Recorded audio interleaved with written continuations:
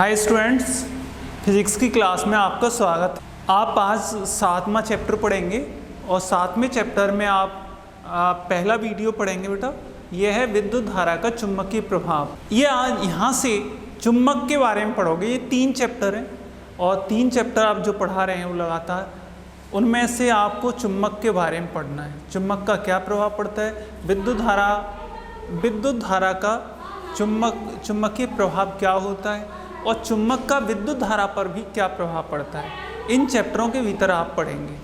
बेटा देखो, आप इसमें आप ये magnetic effect of the electric current, इसमें एक प्रयोग था। ये कैसे उत्पन्न, मतलब कैसे पता पड़ा शुरुआत में, ये ऑरेस्टेड का प्रयोग था। ऑरेस्टेड नाम के एक वैज्ञानिक थे, उन्होंने इसका एक प्रयोग किया था। वो क्या प्रयोग है वो आप समझेंगे। ऑरेस्टेड प्रयोग बेटा, इसमें क्या था कि ये देखते हैं कि विद्युत धारा किसी तार में प्रवाहित हो रही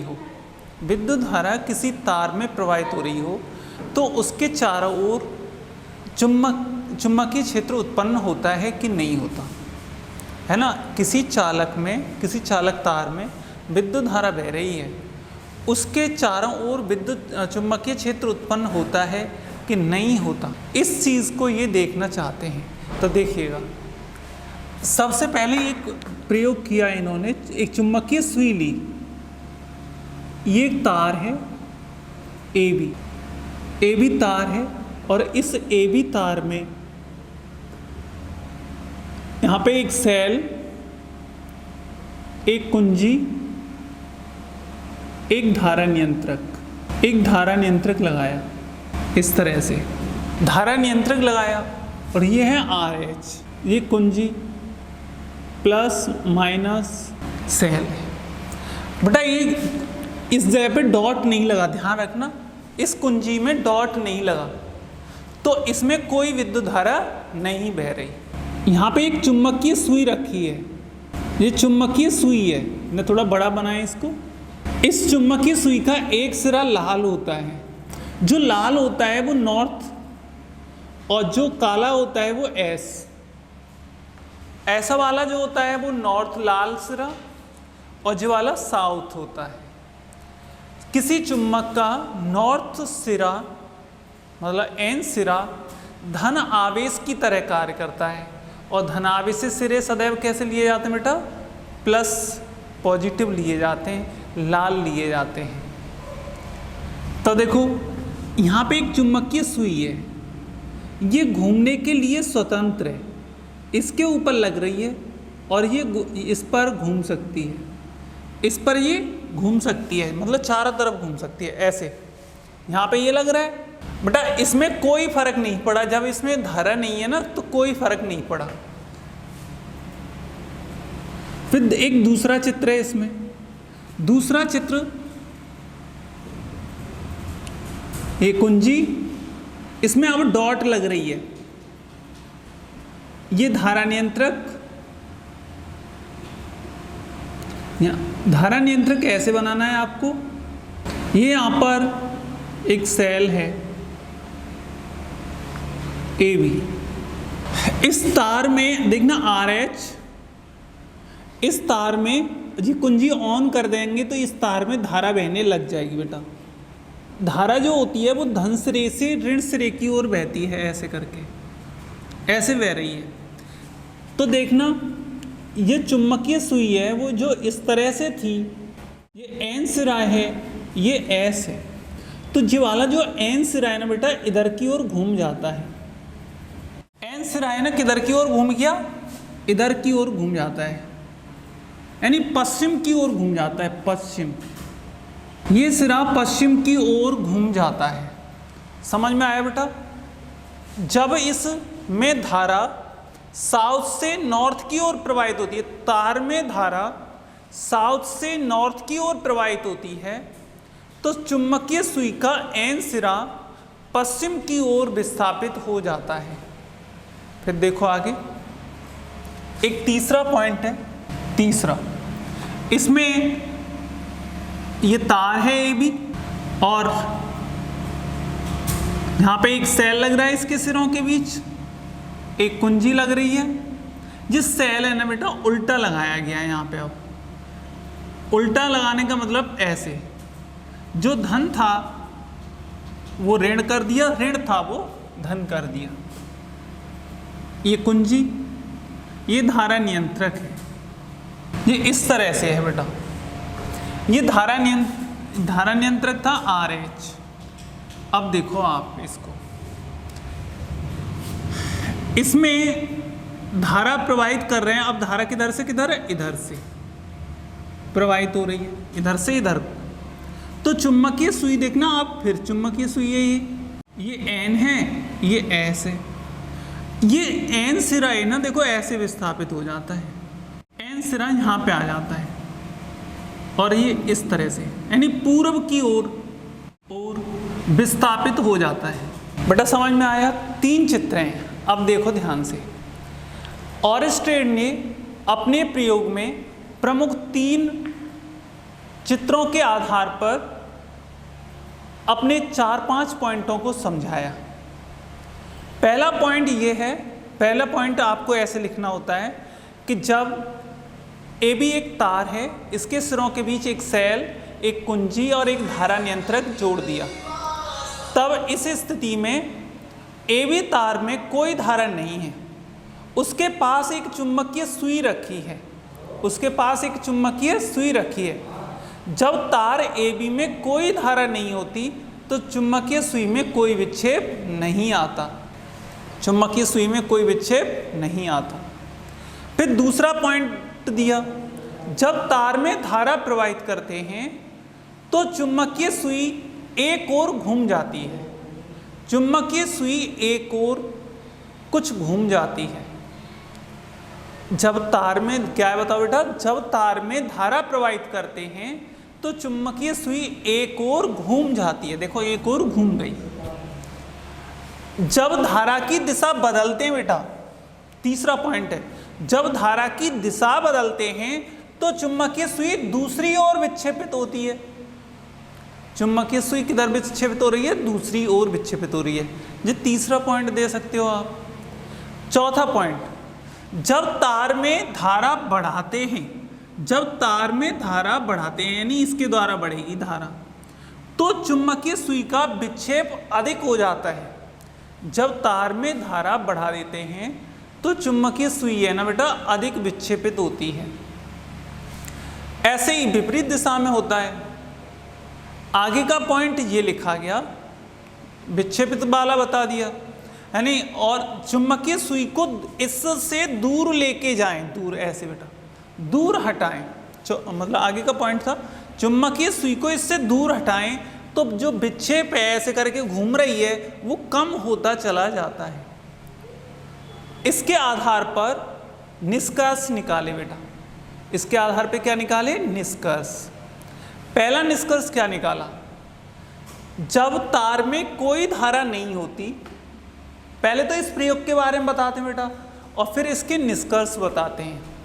निष्कर्ष में ये है, जब तार में धारा प्रवाहित नहीं होती तो चुंबकीय सुई में कोई विक्षेप नहीं होता, अर्थात तार के चारों ओर कोई चुंबकीय क्षेत्र नहीं होता।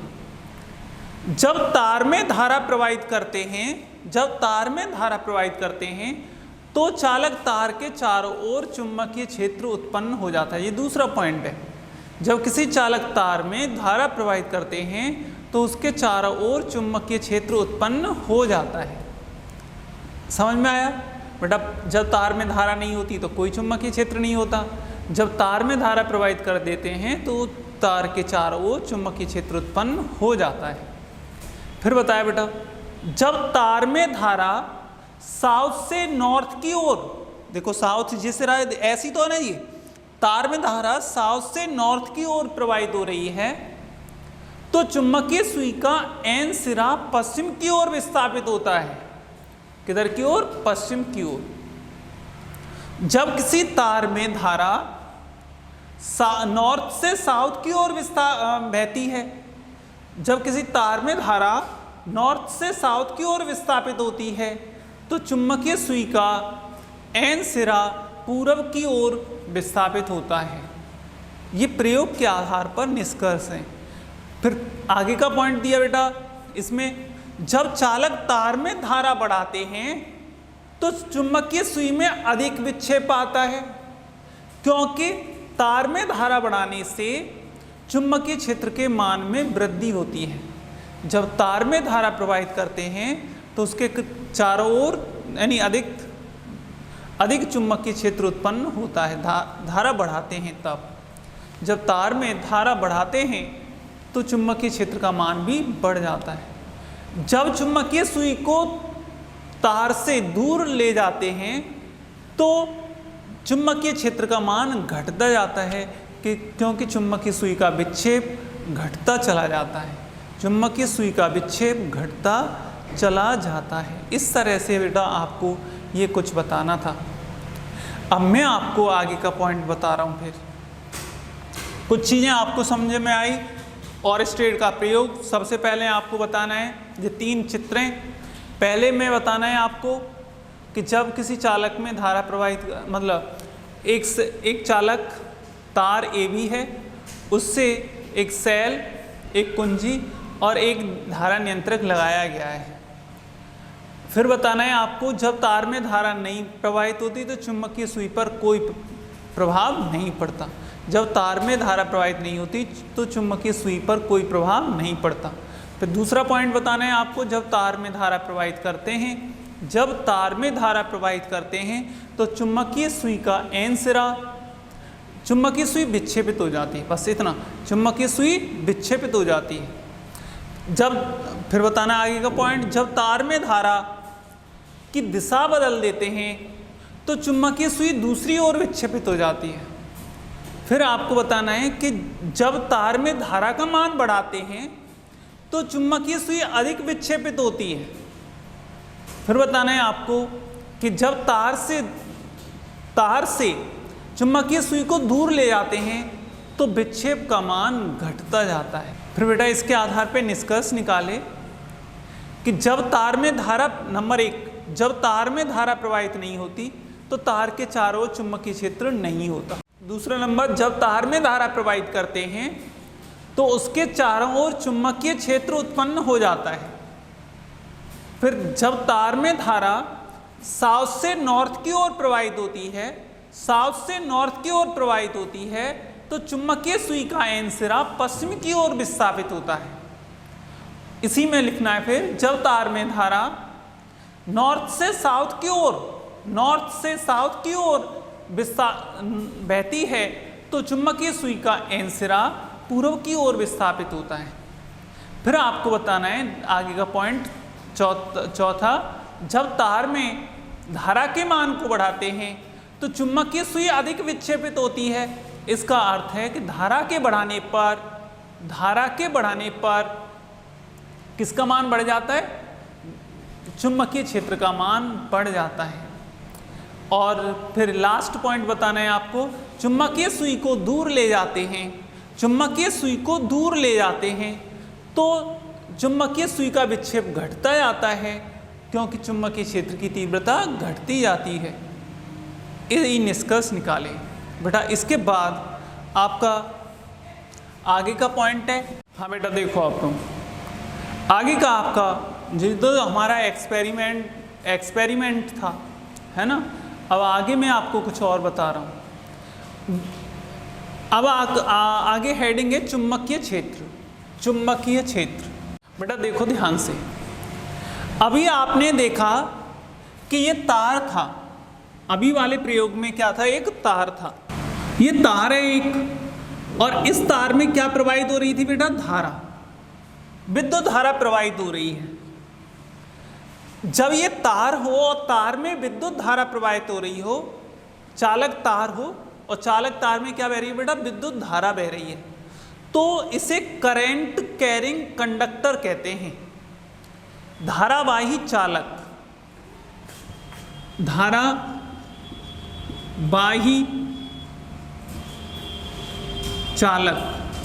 करंट कैरिंग कंडक्टर, धारावाही चालक कहते हैं बेटा इसको, ठीक है ना। और जब धारा प्रवाहित नहीं हो रही हो तो चालक कहते हैं, चालक तार। यहाँ पे धारावाही चालक है। बेटा इसके चारों ओर क्या उत्पन्न हो जाता है बताओ? तार के चारों ओर चुंबकीय क्षेत्र उत्पन्न हो जाता है ना, चुंबकीय प्रभाव प्रदर्शित होता है क्योंकि चुंबकीय सुई इधर उधर हो जाती है। और या फिर यहाँ पे हम एक चुंबक रख दें, ये चुंबक रख दें S और ये N, ये क्या रख दी बेटा? चुंबक।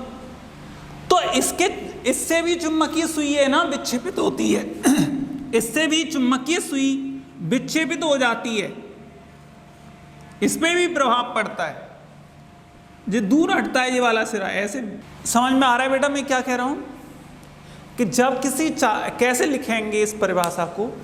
जब किसी चालक तार में धारा प्रवाहित करते हैं तो ऐसे चालक तार को धारावाही चालक कहते हैं।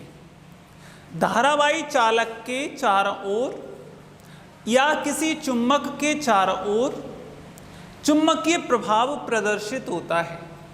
किसी धारावाही चालक के चारों ओर चुंबकीय प्रभाव प्रदर्शित होता है, किसी चुंबक के चारों ओर भी चुंबकीय प्रभाव प्रदर्शित होता है। जिस क्षेत्र में चुंबकीय प्रभाव प्रदर्शित होता है उस क्षेत्र को चुंबकीय क्षेत्र कहते हैं, उस क्षेत्र को चुंबकीय क्षेत्र कहते हैं। बेटा समझ में आया? किसी चालक तार में धारा प्रवाहित होगी तो उस चालक तार के चारों ओर चुंबकीय क्षेत्र उत्पन्न हो जाता है। तो आप ऐसे परिभाषा लिखेंगे, एक बार मैं रिपीट कर रहा हूँ। किसी चालक तार में धारा प्रवाहित करते हैं तो उस चालक तार के चारों ओर चुंबकीय प्रभाव प्रदर्शित होता है। किसी चुंबक के चारों ओर भी चुंबकीय प्रभाव प्रदर्शित होता है। जिस क्षेत्र में चुंबकीय प्रभाव प्रदर्शित होता है उस क्षेत्र को चुंबकीय क्षेत्र कहते हैं। इसमें चुंबकीय सुई, जिसे कंपास कहते हैं, जिसमें चुंबकीय सुई विक्षेपित होती है, चुंबकीय सुई विक्षेपित होती है। फिर बेटा आपको इसमें एक दूसरा हेडिंग है, ये तो चुंबकीय क्षेत्र की सिंपल सी, किसी चुंबक के चारों ओर का हुआ क्षेत्र अथवा किसी धारावाही चालक के चारों ओर का हुआ क्षेत्र जिसमें चुंबकीय प्रभाव प्रदर्शित होता हो उस क्षेत्र को चुंबकीय क्षेत्र कहते हैं। चुंबकीय क्षेत्र में चुंबकीय सुई चुंबकीय क्षेत्र की दिशा में संरेखित होती है, अर्थात विक्षेपित होती है, अर्थात विक्षेपित होती है। अब देखो आगे का नया हेडिंग है, अब एक डेरिवेशन है छोटा सा, चुंबकीय बल, इसे लारेंज बल भी कहते हैं, लारेंज बल, चुंबकीय बल या लारेंज बल। ये ना बिल्कुल सरल सा है, देखो कैसे है, बिल्कुल सरल सी परिभाषा। चुंबकीय क्षेत्र में जब कोई आवेश गति करता है, गति नहीं कर रहा तब की बात नहीं कर रहा, चुंबकीय क्षेत्र में जब कोई आवेश गति करता है तो उस पर चुंबकीय बल, तो वह आवेश एक बल का अनुभव करता है। दोबारा सुनो, चुंबकीय क्षेत्र में जब कोई आवेश गति करता है तो वह एक बल का अनुभव करता है। किसका अनुभव करता है? बल का। उस बल को चुंबकीय बल कहते हैं। कितना सरल। चुंबकीय क्षेत्र में जब कोई आवेश गति करता है तो वह आवेश एक बल का अनुभव करता है, वह आवेश एक बल का अनुभव करता है। इस बल को चुंबकीय बल कहते हैं और दूसरा नाम क्या है? इसे लॉरेंट्ज़ फोर्स भी कहते हैं। चुंबकीय बल का मान आवेश के समानुपाती होता है।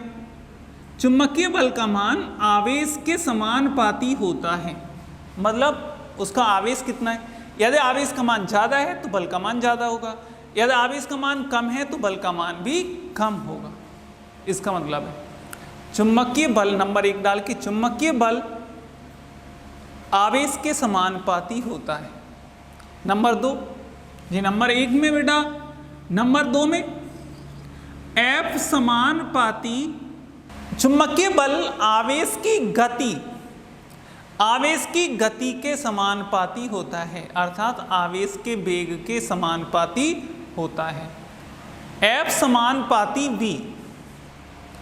तीसरा पॉइंट, F समानुपाती, देखो ये है ना चुंबकीय बल किसके समानुपाती होता है, ये तो Q के, ये B के, आगे इस पे आप चुंबकीय क्षेत्र के, यदि चुंबकीय क्षेत्र का मान ज़्यादा है तो बल का मान अधिक होगा, और चुंबकीय क्षेत्र का मान कम है तो आवेश पर बल का मान भी कम होगा। बेटा एक और चीज़ पे निर्भर करता है कि चुंबकीय क्षेत्र के साथ कोण क्या है, चुंबकीय क्षेत्र के साथ कोण कितना है। तो F समानुपाती, चौथा पॉइंट है F समानुपाती साइन थीटा, F समानुपाती साइन थीटा। तब दोनों उपरोक्त चारों से F समानुपाती Q B sine theta, F समानुपाती Q B sine theta, F बराबर K Q B sine theta. दोबारा से सुन लो ये चौथे पॉइंट को, आवेश पर लगने वाला बल आवेश की गति और चुंबकीय क्षेत्र की दिशा, आवेश की गति और चुंबकीय क्षेत्र की दिशा के बीच बने कोण की जा के समानुपाती होता है। चुंबकीय क्षेत्र की दिशा और आवेश की गति के बीच बने कोण की जा के समानुपाती होता है। तो ये है बेटा। अब बताना है K बराबर कितना हो गया, उपरोक्त चारों को मिला दो, F समानुपाती Q B sine theta. K बराबर बेटा 1 हो, K बराबर कितना है, 1 है यहाँ पे। जब K बराबर 1 है तो आप लिख सकते हैं इस तरह से, F बराबर, प्रयोगों के आधार पर है ये, प्रयोगों के आधार पर ये F बराबर कितना हो गया यहाँ पे, Q B साइन थीटा। अब आपको एक बात तो पता ही है कि फिजिक्स के किसी भी सूत्र में sine cos tan sec cosec cot, sec cosec cot, इनमें से कोई भी आए तो आपको थीटा बराबर 0, थीटा बराबर 90 डिग्री, ये तो आपको रखना ही रखना है, और थीटा बराबर 180 भी रख सकते हो, पर 2 तो रखने ही रखने। देखो अब पहला नंबर है न्यूटन, बल का मात्रक न्यूटन। बेटा इसमें बताना है यदि B और B के बीच थीटा इज इक्वल टू 0 हो, थीटा इज इक्वल टू 0 का मतलब है चुंबकीय क्षेत्र की दिशा में ही आवेश गति कर रहा है, चुंबकीय क्षेत्र की दिशा में ही आवेश गति कर रहा है, मतलब चुंबकीय क्षेत्र की भी दिशा इधर हो और आवेश की गति भी इधर हो, तो थीटा बराबर 0। तब देखो कितना हो जाएगा यहाँ पे, तब F बराबर Q B साइन 0, तो F बराबर 0। देखना दूसरा नंबर, सेकंड नंबर बेटा देखो, याद है F बराबर, देखना B और B के बीच कोण थीटा बराबर 90 डिग्री हो, कितने डिग्री, 90 डिग्री। तो F बराबर कितना हो जाएगा बेटा बताओ, Q B साइन 90, ये मैक्सिमम होगा क्योंकि साइन 90 का मान क्या होता है, अधिकतम। साइन 90 का मान अधिकतम होता है, उसका मान भी 1 होता है। तो F मैक्सिमम बराबर आया Q B, इस तरह से। Third number B and B are opposite, theta is equal to 180, F बराबर 0 आ जाएगा बेटा, कितना आ जाएगा, 0। यानी ये प्रति समांतर भी हो, प्रति समांतर मतलब उल्टा हो, चुंबकीय क्षेत्र के विपरीत दिशा में हो, तब भी साइन 180 का मान 0 होगा। तो F बराबर कितना आ जाएगा बेटा, 0 आ जाएगा, यानी कोई बल नहीं लगे। बेटा सिंपल सा, आवेश, चुंबकीय बल का मान आवेश के समानुपाती होता है, हिंदी में लिखना है नंबर 1 डाल के। नंबर 2 डाल के लिखना है चुंबकीय बल F उसकी गति के यानी वेग के समानुपाती होता है। फिर बताना है चुंबकीय बल F समानुपाती चुंबकीय क्षेत्र, चुंबकीय क्षेत्र V के समानुपाती होता है, और F समानुपाती साइन थीटा, F समानुपाती साइन थीटा। तो आपको बताना है वेग और चुंबकीय क्षेत्र के बीच बने कोण की जा के समानुपाती होता है। उपरोक्त चारों को मिला दें तो ये K का मान प्रयोगों के आधार पर कितना पाया गया बेटा, 1 पाया गया। फिर इसके बाद आप ऐसे लिख सकते हो इसे, ये और ये।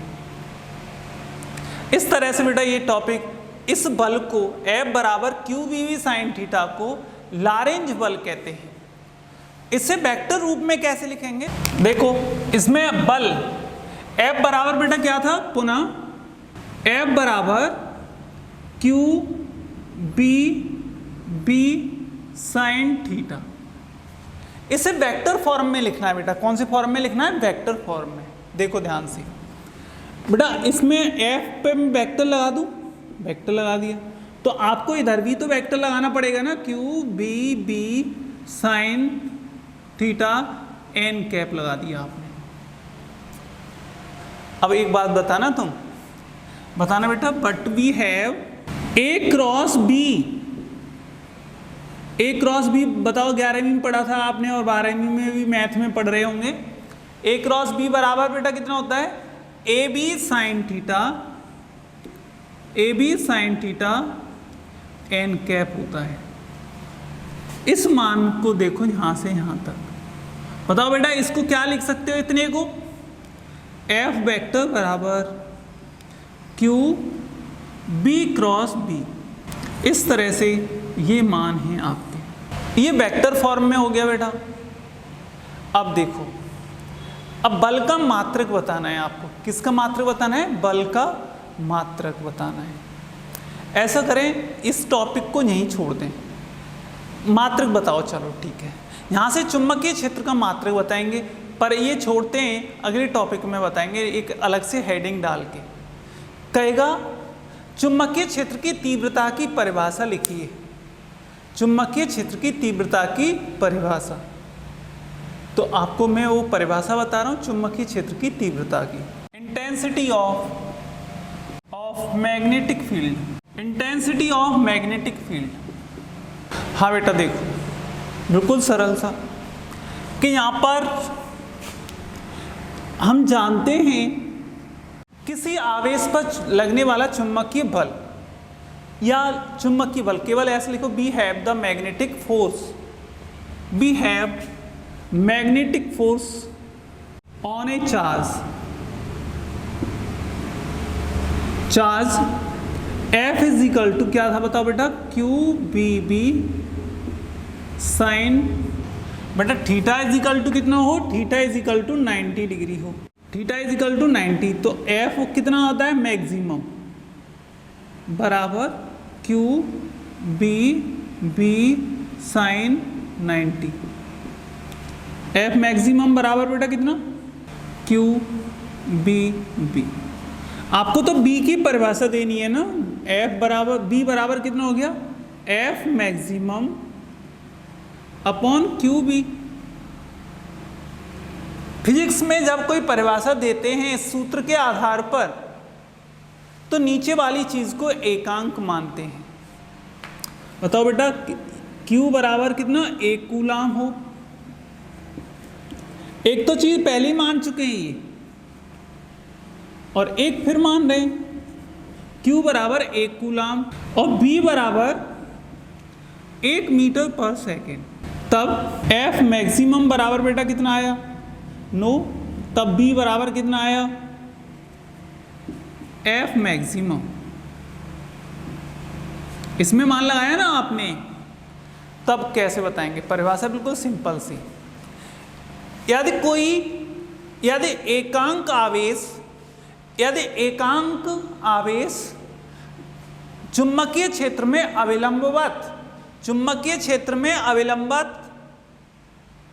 अविलंबत 1 मीटर पर सेकंड के वेग से गति कर रहा है।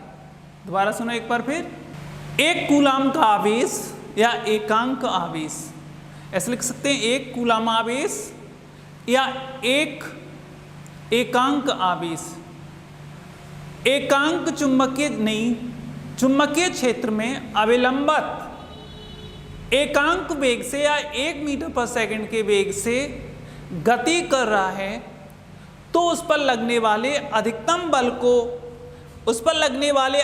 बल मैं लिख दूं बेटा, देखो अतः एक कूलाम